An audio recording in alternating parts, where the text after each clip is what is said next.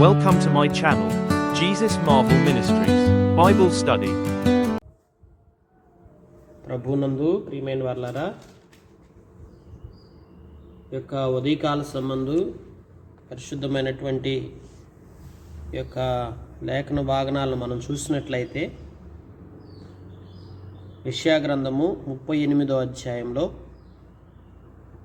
ఈ యొక్క భాగాన్ని మనం పరిశీలనగా గమనించినట్లయితే, ఆ దినములలో హిజ్కియాకు మరణకరమైన రోగము కలుగగా, చూడండి, హిజ్కియా గారికి మరణకరమైన రోగం కలుగుతూ వచ్చింది. రోగాలన్నీ కూడా మరణం కొరకే రావు, కానీ కొన్ని రోగాలు మన జీవితంలో కొంతకాలం అలా ఉండి తగ్గిపోతూ ఉంటాయి.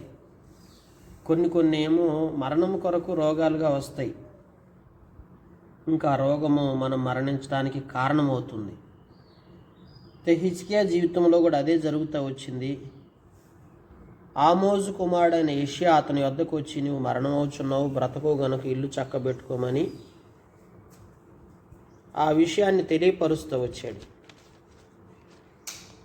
అలాగే హిజ్కియా కూడా వెంటనే ఇక ముఖము గోడ తట్టు తిప్పుకొని, యథార్థ హృదయుడినై సత్యముతో నీ సన్నిధి నేను ఎట్లు నడుచుకుంటును, నీ దృష్టికి అనుకూలముగా సమస్తము నేను ఎట్లా జరిగించుతునో కృపతో జ్ఞాపకం చేసుకోయా అని చెప్పి హిజ్కియా మరి గోడ తట్టు ముఖము తిప్పి కన్నీరు గార్చి ప్రార్థన చేస్తూ వచ్చాడు.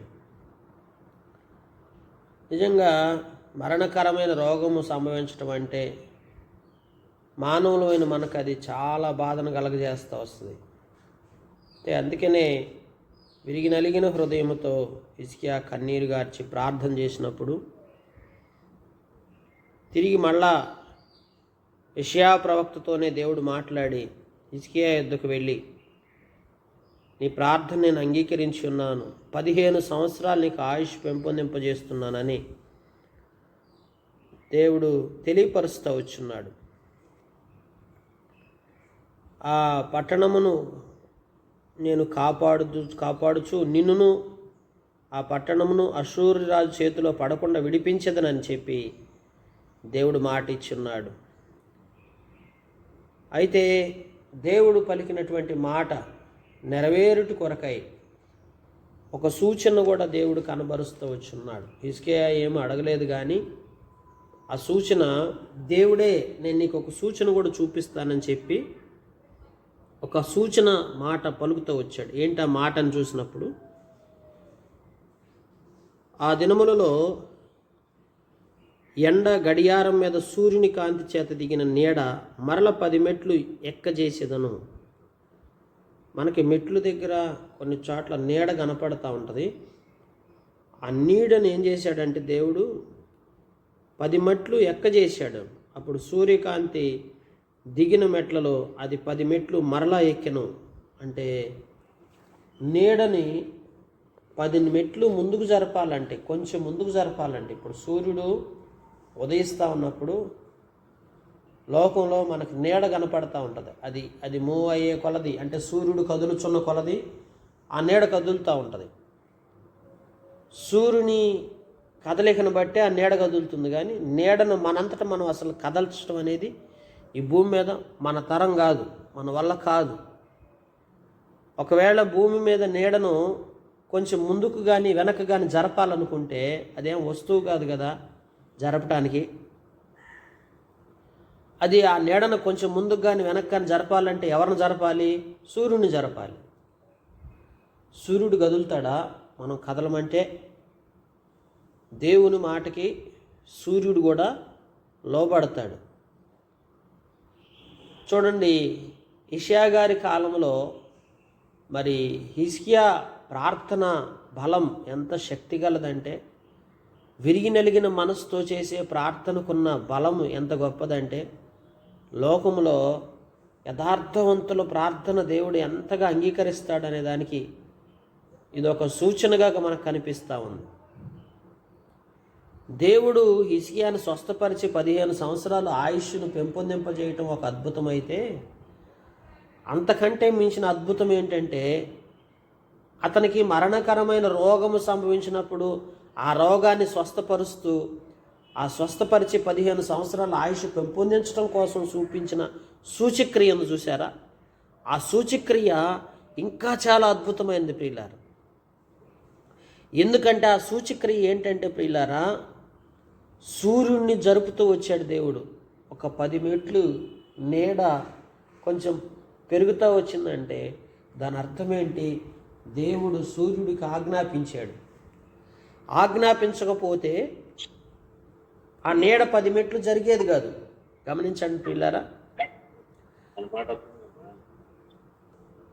కనుక దేవుడు ఆ 10 మెట్లు నీడని జరుపుతూ వచ్చాడంటే ఎంత అద్భుతం ఇది. సూర్యుడు జరగటం అంటే నీడ జరగటం అంటే సూర్యుని జరపాలి. దేవుడు చూపించినటువంటి సూచక్రియలన్నింటిలో కూడా శ్రేష్టమైన సూచక్రియ ఇది. ఎందుకంటే సూర్యుని జరిపి నీడను ముందుకు ఫార్వర్డ్ చేస్తూ వచ్చాడు. ఈ నీడ ఎప్పుడైతే కొంచెం ముందుకు జరుగుతూ వచ్చిందో అప్పుడు హిజ్కియా యొక్క మరణకరమైన రోగము తగ్గిపోవటానికి అదొక సూచక్రియగా ఏర్పరచబడుతూ వచ్చింది. అయితే ఆ దినముల్లో హిజ్కియాకు వచ్చినటువంటి రోగం ఏంటంటే ఒక పుండు వస్తూ వచ్చింది తన దేహంలో. ఆ పుండు మరణకరమైనటువంటి రోగముగా తన జీవితంలో ప్రియులారా తను చనిపోవటానికి కారకమైనటువంటి రోగముగా ఆ పుండు ఏర్పడతా వచ్చింది. అయితే దేవుడు ఎప్పుడైతే ఇంత స్పష్టంగా మరి సూచక్రియను కూడా చూపించి మరి నీకు 15 సంవత్సరాల ఆయుష్ పెంపొందింపజేస్తానని వాగ్దానం చేసి మాట ఇచ్చున్నాడో ఆ మాటని హిజ్కియా నమ్ముతా వచ్చున్నాడు. ఈరోజు మన అందరి జీవితాల్లో దేవుడు మాట ఇస్తే నెరవేరుస్తాడు. దేవుడు వాగ్దానం చేస్తే ఖచ్చితంగా నెరవేరుస్తాడు. మాట ఇచ్చి తప్పే దేవుడు కాదు. కనుక దేవుని మాట మీద మనం పూర్తి నమ్మకాన్ని పెట్టుకోవాలి, విశ్వాసం ఉంచాలి. దేవుడు తప్పక సహాయం చేస్తాడని మనం నమ్మాలి. అప్పుడే మనం ఆత్మీయంగా అన్ని విధాలుగా కూడా మేలు పొందుకుంటాం. ఈ లోకములో ఆశీర్వాదకరంగా చేయబడతా వస్తాం. అయితే ప్రియులారా, ఇక్కడ యోధారాజు అయినటువంటి హిజ్కియా రోగి అయి ఆరోగ్యము పొందిన తర్వాత అతడు రచించినది. ఈ సూచక్రియను చూపించిన తర్వాత యోధారాజు అయినటువంటి హిజ్కియా దేవుడు తనని స్వస్థపరిచి తన గాయాన్ని ముట్టుకొని తనకు వచ్చినటువంటి ఆ పుండును తొలగించి చక్కగా మంచి ఆరోగ్యాన్ని ఇచ్చి 15 సంవత్సరాల ఆయుష్ పెంపొందింపజేసిన తర్వాత తాను రచించినటువంటి ఆ భాగాన్ని మనం ఇప్పుడు చూస్తుంటున్నాం ప్రియులారా. నా దినములు మధ్యాహ్న కాలమందు నేను పాతాళ ద్వారమున పోవలసి వచ్చును. పాతాళ ద్వారానికి వెళ్ళాల్సినటువంటి వ్యక్తిని, నా ఆయుష్ శేషం పోగొట్టుకుని ఉన్నాను. నేను ఆయుష్ని పోగొట్టుకున్నాను. అయితే యెహోవా సజీవుల దేశమున యెహోవాను చూడకపోవుదును. మృతుల లోక నివాసినై ఇకను మనుషులను కానకపోవుదునని నేను అనుకుంటుని. కనుక మనుషులను కానకుండా నేను వెళ్ళిపోతానని నేను అనుకున్నాను. అయితే నా నివాసము పెరికివేయబడును. గొర్రెల కాపరి గొడిసి వలె అది నా ఎద్దు నుండి ఎత్తుకొని పోబడను. నేయువాడు తన పని చుట్టుకున్నట్లు నేను నా జీవం ముగించుచున్నాను. ఆయన నన్ను బద్దె నుండి కత్తిరించుచున్నాడు. ఒక దినములోగా నీవు నన్ను సమాప్తి చేయుచున్నావు. చూడండి, దేవుడు మన జీవితాన్ని ఒక్క దినములోనే సమాప్తి చేసేస్తాడు.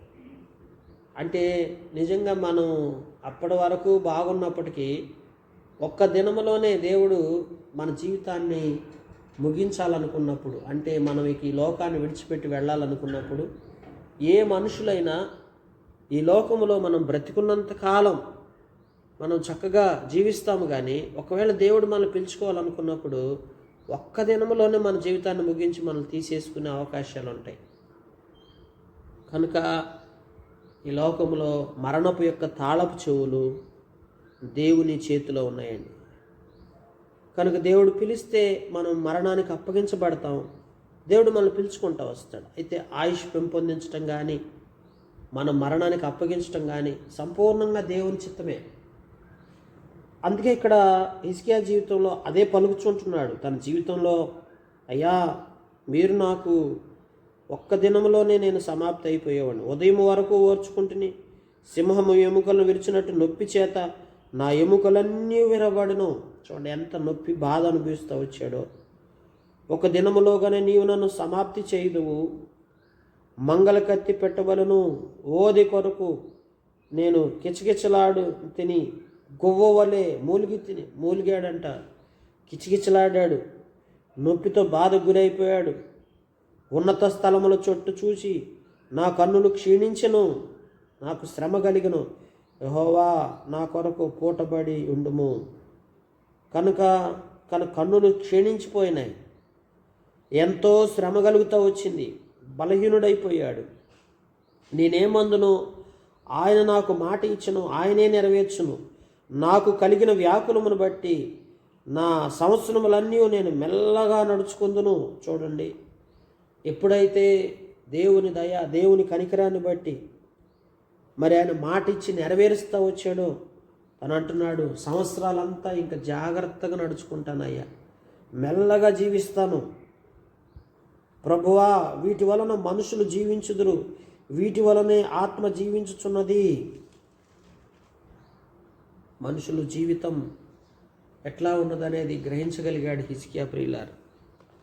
అందుకే ఈ లోకంలో అండి మనకి ఒక రోగము కానీ ఒక సమస్య కానీ వచ్చి దేవుడు మనల్ని స్వస్థపరిస్తే అప్పుడు జీవితంలో ఏం జరుగుతుందనేది మనకు పూర్తిగా అర్థమవుతుందండి.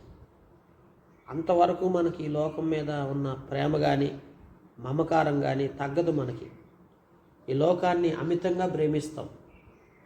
అందుకే లోకమును దాని ఆశయు గతించిపోను, లోకములో ఉన్న వాటిని లోకమునైను ప్రేమింపకుడు అంటున్నాడు. మనం అందరం పొద్దున్న లేస్తే లోకంలో ఉన్న వాటిని ప్రేమిస్తూ ఉంటాం.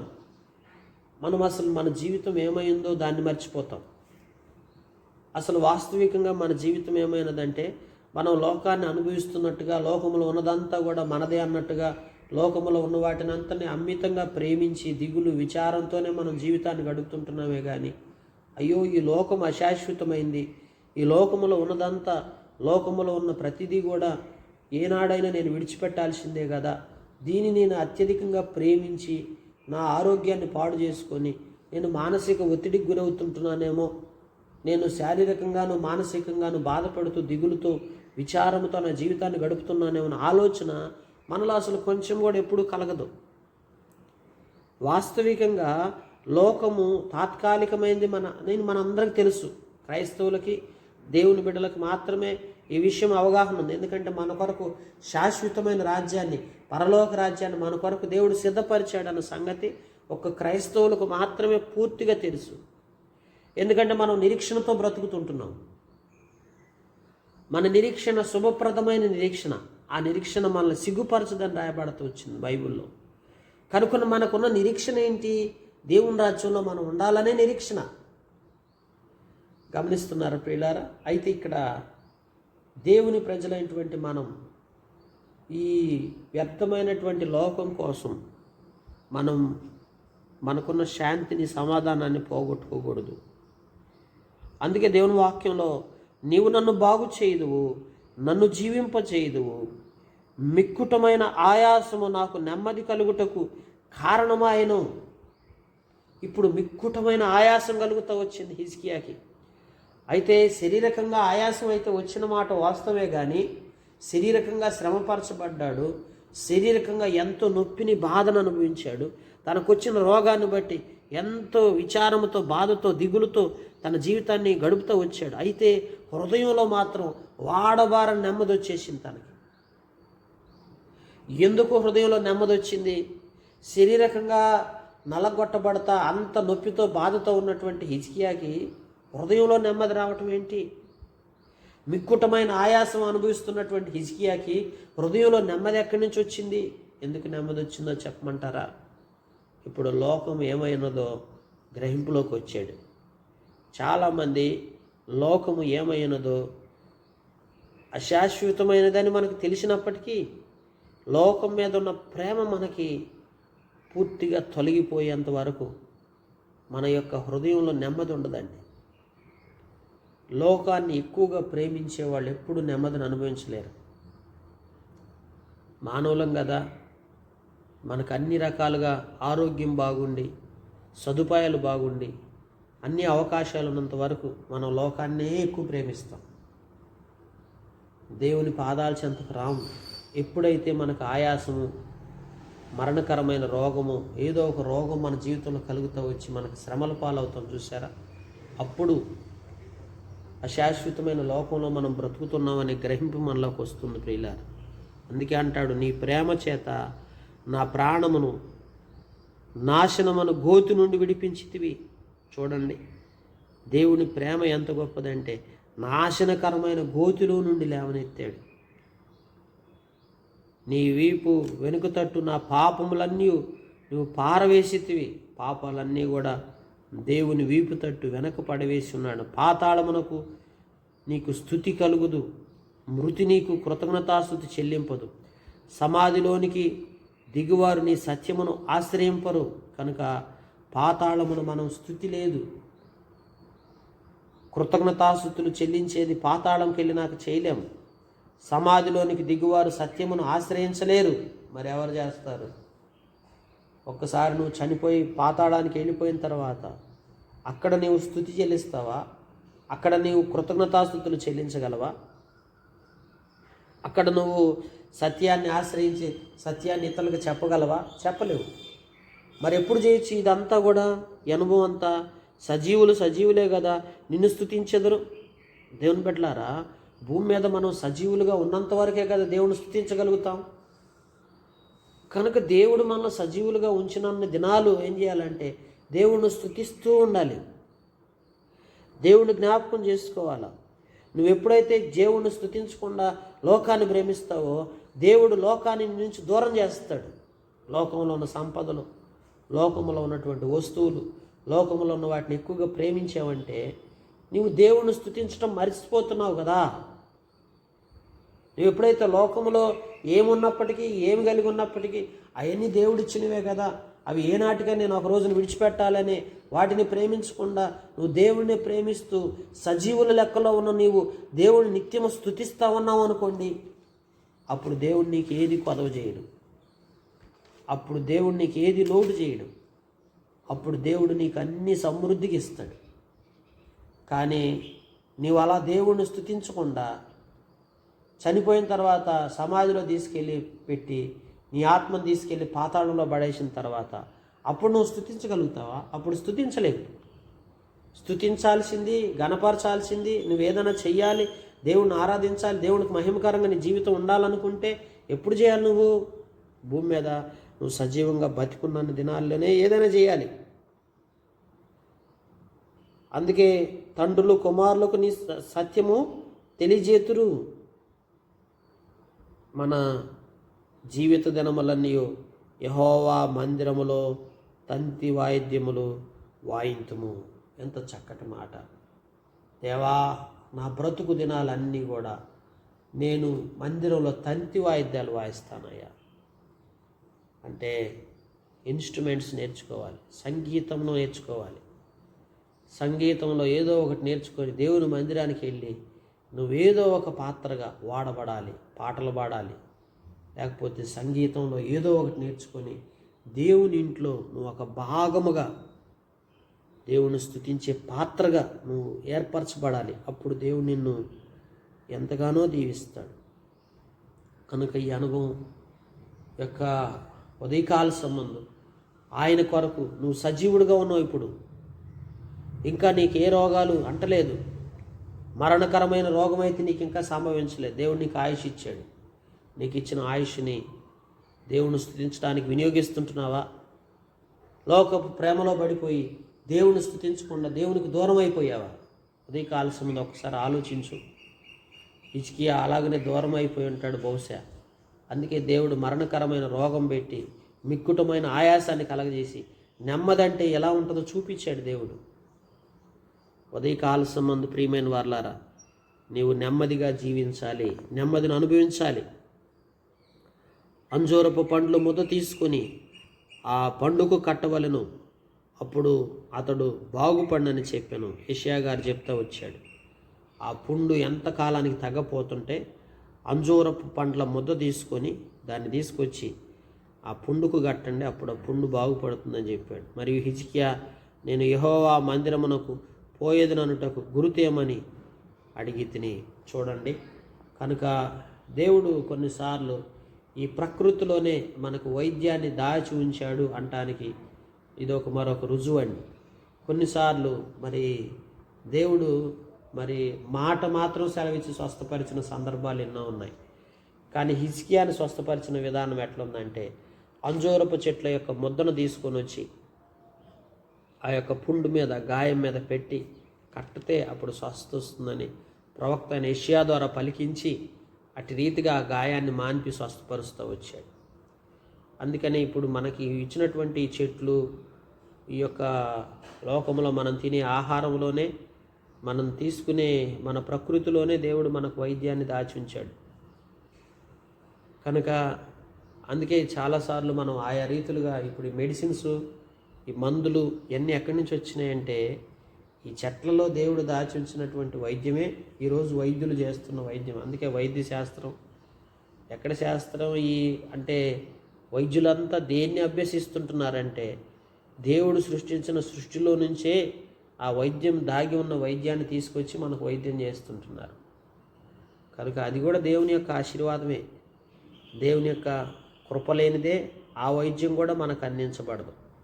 కనుక ఇప్పుడు అటు రీతిగా యొక్క ఉదయకాల సంబంధం మనం గ్రహించాల్సిన విషయం ఏంటంటే, దేవుడు మనకి ఆయుష్ని, ఆరోగ్యాన్ని, క్షేమాన్ని ఇచ్చినప్పుడు నువ్వు దేవుని స్తుతిస్తుంటున్నావా?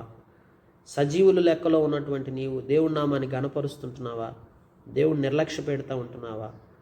అట్లయితే ప్రియులారా, మనకి ఆయాసం వచ్చిన తర్వాత అప్పుడు నేను దేవుని స్తుతించాననే స్థితి మనం ఉండకుండా, హిజ్కియాలాగా అప్పుడు మనం బాధకు గురైపోయి అప్పుడు దేవునికి సన్నిధికి సజీవుడుగా నువ్వు ఉండి దేవుని స్తుతిస్తానని అప్పుడు చెప్పటం కాదు. కానీ నీకు దేవుడు అవకాశాలు ఇచ్చి, తరుణాలు ఇచ్చి, అన్ని విధాలుగా నిన్ను మంచి ఆరోగ్యకరమైన వ్యక్తిగా ఉంచినప్పుడే దేవుని స్తుతించడం నేర్చుకో. లోకములో ఉన్న వాటిని ప్రేమించి వాటి వరకు దిగులు, విచారంతో నీ జీవితాన్ని నష్టపరుచుకోవద్దు. కనుక ఈ ఉదయకాల సంబంధం అట్టి అనుభవం కలిగి మనందరం కూడా నెమ్మదిని అనుభవించేవారిగా మన జీవితాలు ఉండలాగన దేవుడి మాటలు దీవించి మన గ్రహింపులో తీసుకొచ్చి మనకు సహాయం చేయనుగాక.